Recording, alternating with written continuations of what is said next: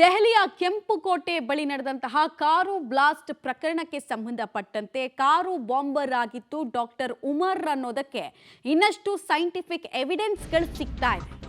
ಹೇಗೆ ಅಂದ್ರೆ DNA match ಮಾಡೋದ್ರ ಮೂಲಕ.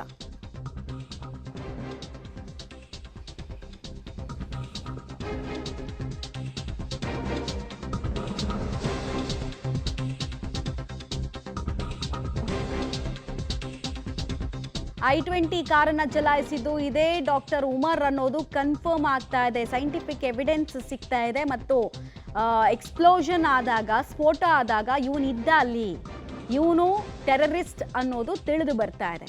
ಹೆಂಗೆ ಇದನ್ನ ಮ್ಯಾಚ್ ಮಾಡಿದ್ರು ಅಂದ್ರೆ, ಉಮರ್ ತಾಯಿ ಮತ್ತು ಸಹೋದರ ಇದ್ದಿದ್ದು ಕಾಶ್ಮೀರದಲ್ಲಿ.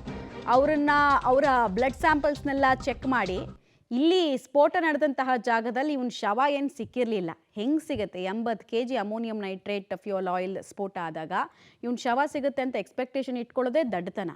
ಸೊ ಅಲ್ಲಿ ಸಿಕ್ಕಿದ್ದು ಕೇವಲ ಇವನ್ ಹಲ್ಲು, ಮೂಳೆ, ಬಟ್ಟೆ ಚೂರು ಇವೆಲ್ಲ ಇಟ್ಕೊಂಡು ಇವನೇನಾ ಅಲ್ವಾ, ಜಿಹಾದಿ ಇವನೇನಾ ಅಲ್ವಾ ಅನ್ನೋದನ್ನ ಚೆಕ್ ಮಾಡ್ಕೊಂಡಿದ್ದಾರೆ. ಇವನೇ ಆ ಜಿಹಾದಿ ಅನ್ನೋದು ತಿಳಿದು ಬರ್ತಾ ಇದೆ.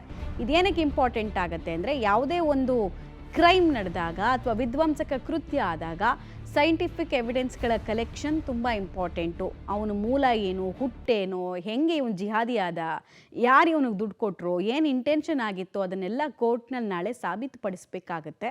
ಸೊ ಇವನು ಇಲ್ಲಿಗೆ ಬಂದಿದ್ದ, ದೆಹಲಿನಲ್ಲಿದ್ದ, ತನ್ನನ್ನು ಸ್ಫೋಟ ಮಾಡ್ಕೊಂಡಿದ್ದು ಅಲ್ಲದೆ, ತಾನು ಹೊಗೆ ಹಾಕ್ಕೊಂಡಿದ್ದು ಅಲ್ಲದೆ, ಏನೂ ಅರಿಯದ ಮುಗ್ಧರನ್ನು ಕೊಂದಿದ್ದ, ಇವನ ಜೊತೆ ಇಂಥವರು ಸಂಪರ್ಕದಲ್ಲಿ ಇದ್ದರು ಅನ್ನೋದು ಎಸ್ಟಾಬ್ಲಿಷ್ ಆಗಬೇಕು.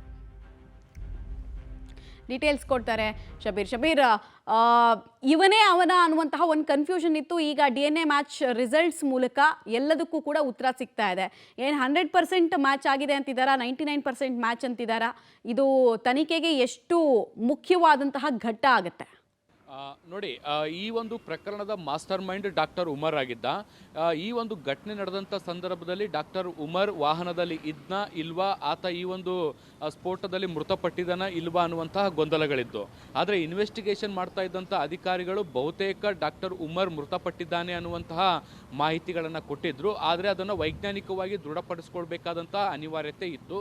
ಹೀಗಾಗಿ DNA ಮ್ಯಾಚ್ ಮಾಡುವಂಥ ಪ್ರಯತ್ನವನ್ನು ಅಧಿಕಾರಿಗಳು ಮಾಡಿದರು.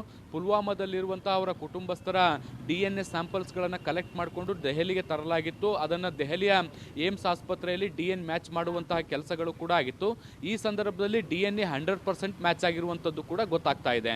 ಮುಖ್ಯವಾಗಿ ಡಾಕ್ಟರ್ ಉಮರ್ ಏನಿದ್ದ, ಆತನ ತಾಯಿಯ ಮೂಳೆಗಳು ಮತ್ತು ಎಲುಬಿನ ಸ್ಯಾಂಪಲ್ಗಳ ಜೊತೆಗೆ, ಅಂದರೆ ಉಮರ್ನ ಮೂಳೆಗಳು ಮತ್ತು ಎಲುಬಿನ ಸ್ಯಾಂಪಲ್ಗಳ ಜೊತೆಗೆ ಅವರ ತಾಯಿಯ ಸ್ಯಾಂಪಲ್ಗಳು 100% ಮ್ಯಾಚ್ ಆಗಿದೆ ಅನ್ನುವಂಥದ್ದು ಗೊತ್ತಾಗ್ತಾ ಇದೆ.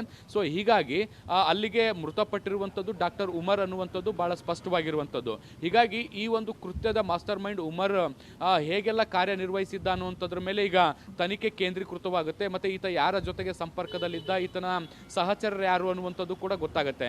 ಈಗ ಆಲ್ರೆಡಿ ನಡೆದಿರುವಂತಹ ಪ್ರಾಥಮಿಕ ತನಿಖೆಯಲ್ಲಿ ಸಾಕಷ್ಟು ಮಾಹಿತಿಗಳು ಬಂದಿದ್ದಾವೆ. ಈತನ ಸಂಪರ್ಕದಲ್ಲಿದ್ದಂಥ ವೈದ್ಯರನ್ನೆಲ್ಲರನ್ನು ಕೂಡ ಬಂಧಿಸುವಂತಹ ಕೆಲಸಗಳು ಕೂಡ ಆಗಿದ್ದಾವೆ. ಅವರಿಂದ ಮಾಹಿತಿ ಕಲೆ ಹಾಕುವಂತ ಕೆಲಸಗಳು ಕೂಡ ಆಗ್ತಾ ಇದ್ದಾವೆ. ಮಮತಾ, ಹಾಗೆ ಸಂಪರ್ಕದಲ್ಲಿ ಶಬೀರ್ ವಾಪಸ್ ಬಂದ.